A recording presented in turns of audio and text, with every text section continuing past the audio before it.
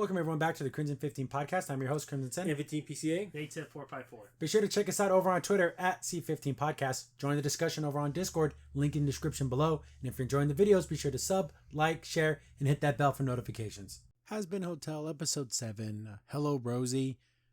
It's a play on Hello Dolly. You know, theater kids. I don't know what to do with these kids anymore. It's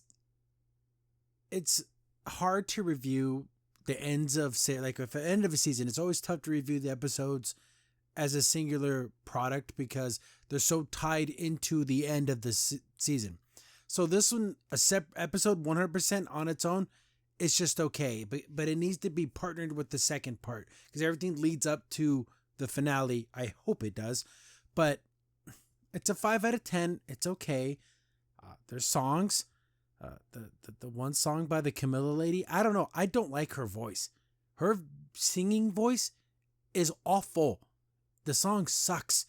And I just saw, like, I don't know, on Twitter, someone posted like that song, like it's called like Do It For Love or something. I don't know. It's a love song.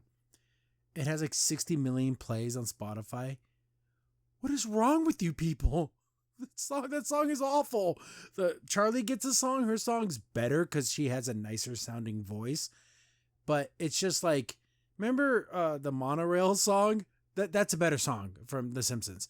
This tries to be like that, kind of like, oh, show tunes, you know, it's that, you know, Ragtime Doll, you know, it just doesn't, for as much as they love musicals, they suck at it. But story-wise, there's the only interesting thing that happens is with Alistair, like always, like this whole entire series, the only thing ever interesting about it is that character. But everything else has me like, well, how's this gonna work? I'm assuming, of course, Hell's gonna win because, you know, they're the good guys apparently. But we open up, and remember the last episode, we found out that Vaggie was an angel, like the most unbelievably, how could anyone not know this about her? Like, they see that she has an angel weapon. Like, I knew that at the very beginning. I knew that in the pilot at first. I can't believe if anyone was shocked by this.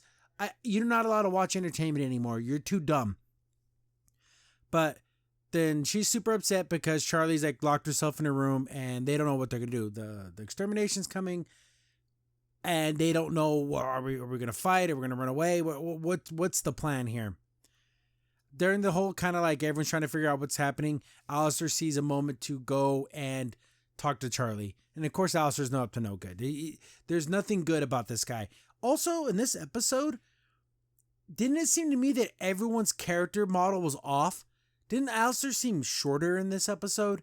Like his limbs, because I kind of always envisioned him being very lanky, very tall, kind of almost like Slender Man-ish. And he's kind of shorter. I don't know. I feel like the budgets were starting to run a little thin. But he goes to go talk to Charlie, and she's like, leave me the hell alone, Alistair. It's kind of fun to see Charlie be a little mean. Like, she's saying, go F yourself and stuff like that. It's pretty funny because she's generally really sweet and really kind. But he's like, oh, so what are we going to do? And guys, 100% inappropriate face touching is always a bad guy thing. That's a bad guy thing. Inappropriate face touching. But he's like, hey, I know something that can help you out, but let's make a deal. And of course, like every idiot dum-dum that's ever been an idiot dum-dum says, okay, I'll make like it's an unspecified deal. Oh, you have to give me a favor. You won't have to hurt anybody, but it'll be a favor in the future. And I can tell you some information, of course, because he knows that angels can be killed or at least hurt in some way. Charlie agrees to it because how about this? I'm the daughter of the devil and I'm going to make you tell me. How about that, Alistair? How about I slit your damn throat? You know what I'm saying? He should be making deals with her, not the other way around. Whatever. We see that the deal's made, and then you kind of see like the green energy, like of whenever a deal's been made. Vaggie runs up there. What did you do? I got the information we needed. And she's being very cold to her because she's still upset about everything that went down. You know, oh, you've been lying to me this whole time. But it's kind of an odd thing to try to just bring up out of nowhere. Oh, by the way, I'm an angel. But she kind of tasks her with, you know, I'm going to go get us some reinforcements. And then you finding out a way for us to fight angels. Like she kind of tells her like, well, we need weapons. And that Camilla lady is the lady who sells angelic weapons. Or why do they even have those? Go back downstairs, and I do like this scene because she's like, we were gonna fight. We're gonna make a stand and fight. She's like, what are you, crazy? You're gonna get us all killed. But she's like, oh, there's a way to fight angels. You can fight back. You can use angelic weapons. And the little A guy's like, yeah, I knew that. And he's like, what do you mean you knew that? Then Serpentis is like, yeah, they say all kinds of crazy crap all the time. Like, I don't know what they're telling is truth or not. I just thought it was another thing that they were saying, just being crazy. But this is the part that I like. Vaggy's like, hey, I believe in this mission, but I don't expect you guys to be here. We're going to get into this big battle. People are going to die, and I will completely understand that. But if I come back and you're not here, no hard feelings. Like, I'm not going to keep anybody here if they don't want to be here. Very cool. I like that. It's a very, very good soldier in her. I like that. But I'm like, okay, here we go. They're going to go get reinforcements. We're some demon badasses, you know? Like, we're talking like Doom level bad guys, you know?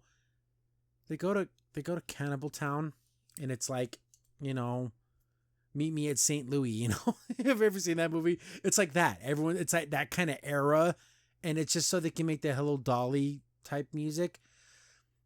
So their plan is to get a bunch of cannibals. They're just cannibals. They're not warrior. I mean, I guess for cannon fodder, but they're just like, I guess because there's like ferocious type monsters because they're going to eat. But how's it? I guess numbers, we're going to have billions of these things.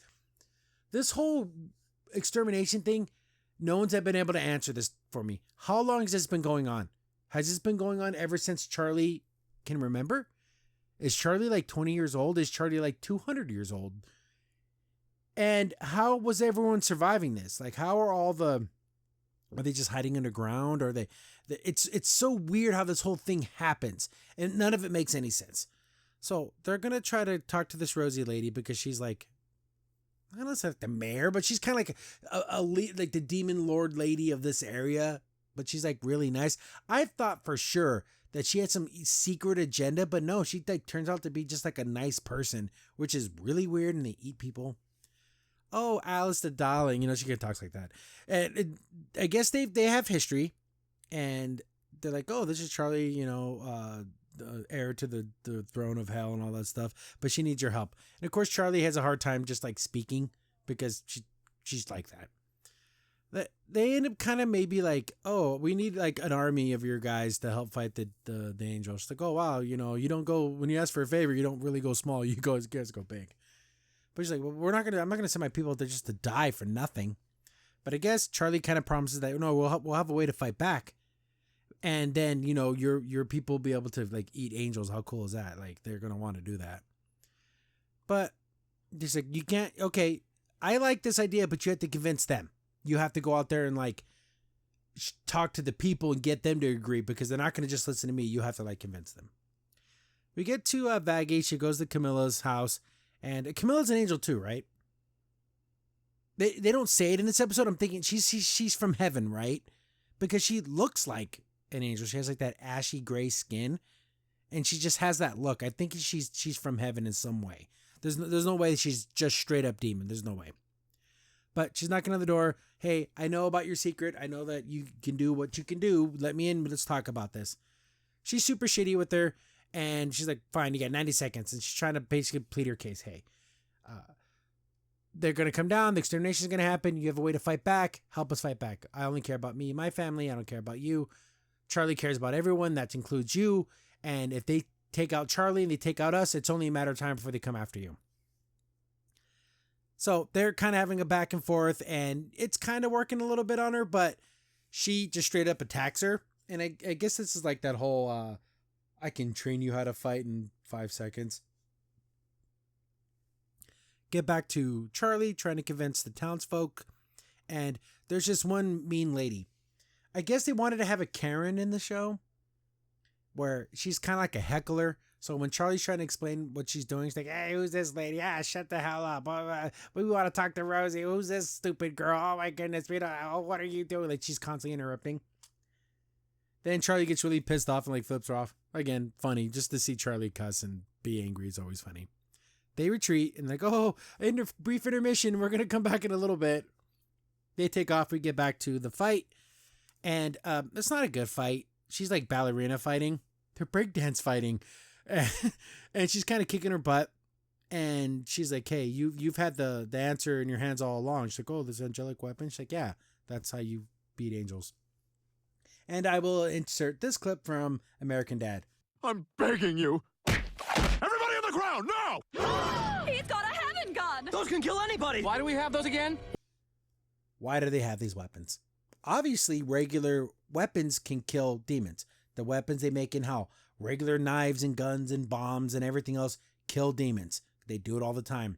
Why would they need these angelic weapons that can also hurt themselves? Like, why would they have those?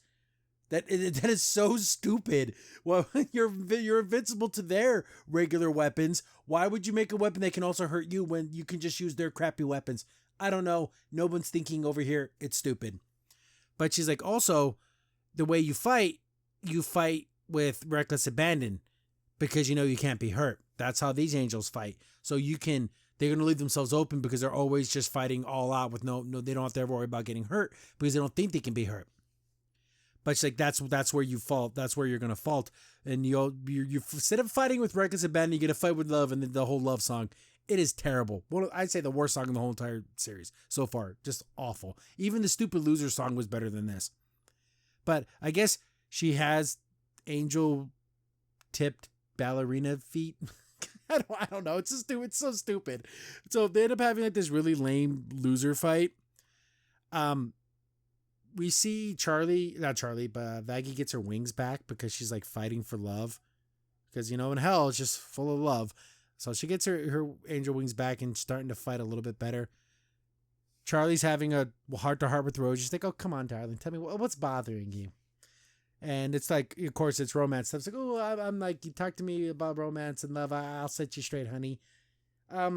Talks about how she's an angel and everything. And this is where I thought things would go off the rails. But Rosie's like, well, she hid this from you. She feels bad about it. And you talked about your hotel being about redemption, maybe about her helping you. This is her redemption.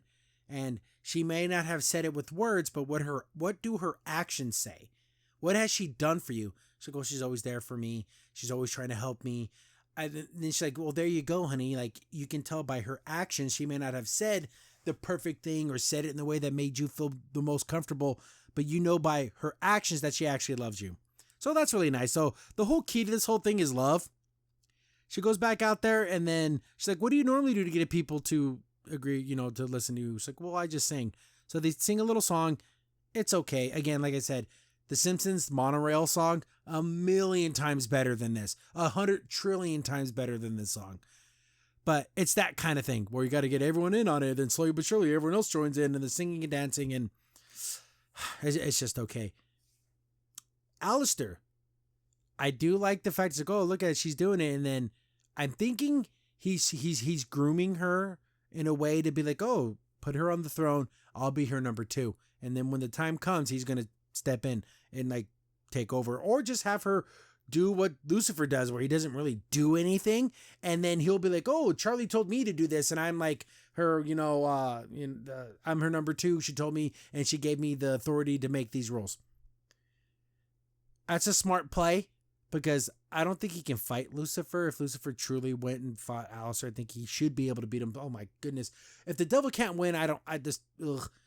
So I like this scheming that he's doing because it's evil and it on par for his character. That kind of reminded me in The Lion King. I think it would have been better for Scar to have stepped in and been like the second father to Simba, been his second-hand man, and then raised him to be like him.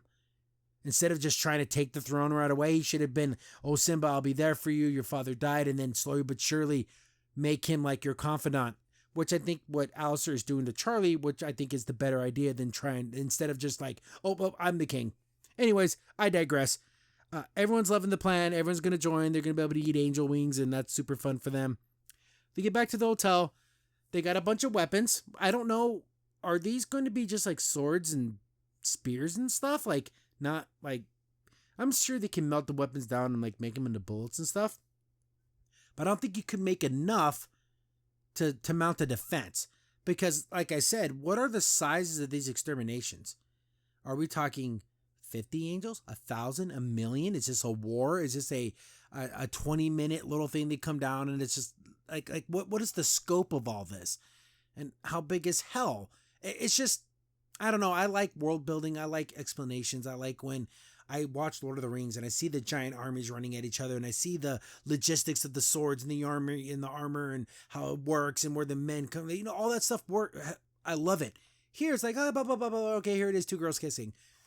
I hate that. But they get home, they see all the stuff, they kind of make up, and I guess Charlie bought her a little like shrunken head from the Cannibal Town thing. Like, oh, I bought you a little keychain. So they make up. They get into the house and they see that everyone's been fortifying, but their fortifications are like crappy. Like, we'll put boards on the windows. Really, guys? That guns and barbed wire trenches, nothing, boards on windows. But no one deserted. Everyone stayed and they're gonna help fight. I like that. That's cool. They're a team. They're sticking together. Episode ends. One more episode. I'm assuming it's a big battle episode. I guarantee hell wins because that's what we're all rooting for hell to win. But yeah, I really would have thought it'd been cool if there had been some like demon monster things, not just cannibal people. And what, a couple thousand maybe? And how many cannibals are there in the world? I don't know. I think going the cannibal route was just a weird thing to do. Anyways, one more episode. Knock this one out. Get it done real quick. Probably get it done in the next couple of days. But thanks for watching, guys. Liking, sharing, doing all that stuff. Commenting helps keep the algorithm happy. But I love you guys all. See you on the next one. Crimson Sin here. Thanks for watching the video. Remember, liking, subscribing, sharing, and commenting on the video really helps out a lot. It gets the video spread around more people get to see the videos, and we get to make more videos for you guys. So thank you, and we appreciate every single one of you guys.